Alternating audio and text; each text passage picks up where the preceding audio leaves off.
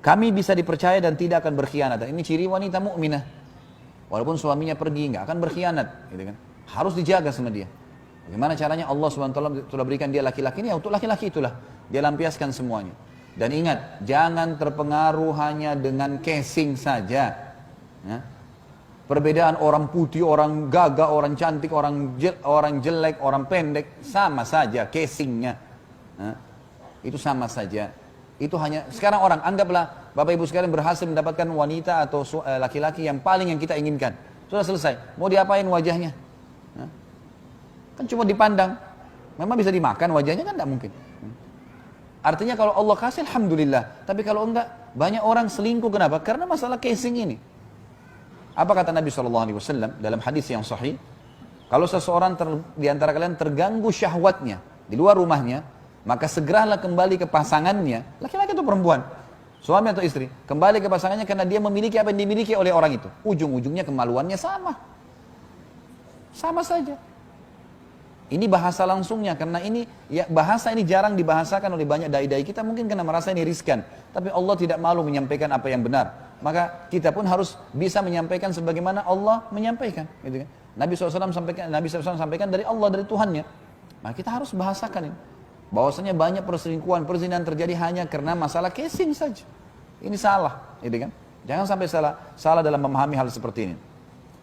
Juga bapak-bapak hati-hati, wahai muslim, laki-laki muslim. Ingat, termasuk dosa besar, mengganggu istrinya orang lain. Dosa besar. Ibu-ibu gak boleh berkhianat, dan bagi laki-laki tidak boleh ganggu istrinya orang lain. Sudah dinikahi oleh laki-laki lain, habis ceritanya. Nggak ada peluang lagi. Jangan datang iming-imingi syaitan. Kamu kalau cerai sama suamimu, saya nikahi kamu. Haram dalam agama. Nabi SAW menjadikan itu dosa besar. Dan Imam Madhabi masukkan dalam kitab Al-Kabair beliau, dosa besar. Man khabbaba zawjatum bri'in au mamlukahu falaysa minna.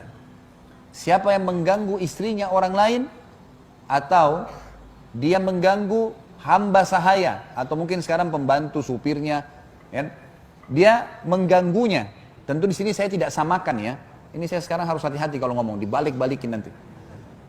Kalau yang dimaksud dengan hamba sahaya adalah hamba sahaya, beda hukumnya. Cuman sebagian ulama mengatakan masuk dalam larangan ini juga pembantu dan supir. Orang jadi pegawai di kantor, di toko, nggak boleh digodain, nggak boleh dibilang misalnya kepada seorang istri temannya, kamu kalau suami kamu tidak baik, maka biar cerai aja nanti saya nikahin kamu. Haram dalam agama. Tidak boleh juga orang datang ke sahayanya orang lain, udah kamu akan saya bebasin supaya kamu pindah sama saya. Atau pegawainya, dia datang kepada pegawai, tentu berbeda hukum hamba sahaya dengan pegawai. Sekali lagi, saya tidak samakan hamba sahaya dengan pembantu, beda jauh antara langit dan bumi. Sahaya beda. Ini saya bicara secara hukum, ulama menarik benang merahnya.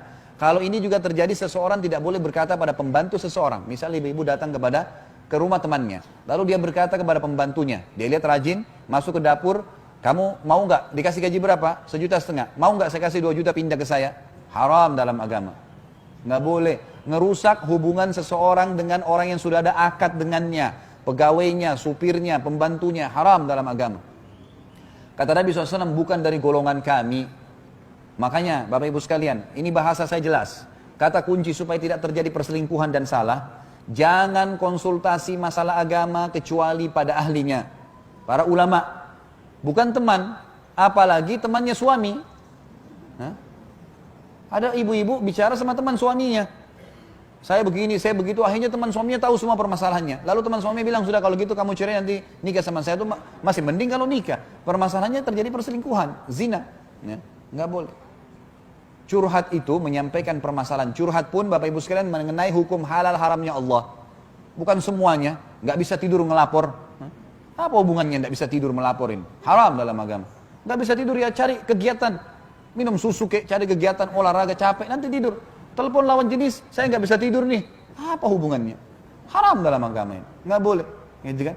Suami lagi safar, telepon orang lain. Ngobrol, supaya ada temani aja ngobrol. Kenapa? Suami saya nggak telepon. Loh sabar.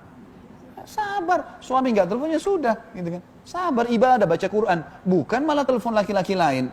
Haram dalam agama. Ya, nggak bisa. Ada masalah apa-apa, lampiaskan kepada pasangan. Kalau enggak, sabar, berdoa kepada Allah. Minta supaya Allah cari kesibukan yang lain. Karena hubungan kita sebenarnya dengan manusia-manusia ini Allah lah yang menghubungkannya.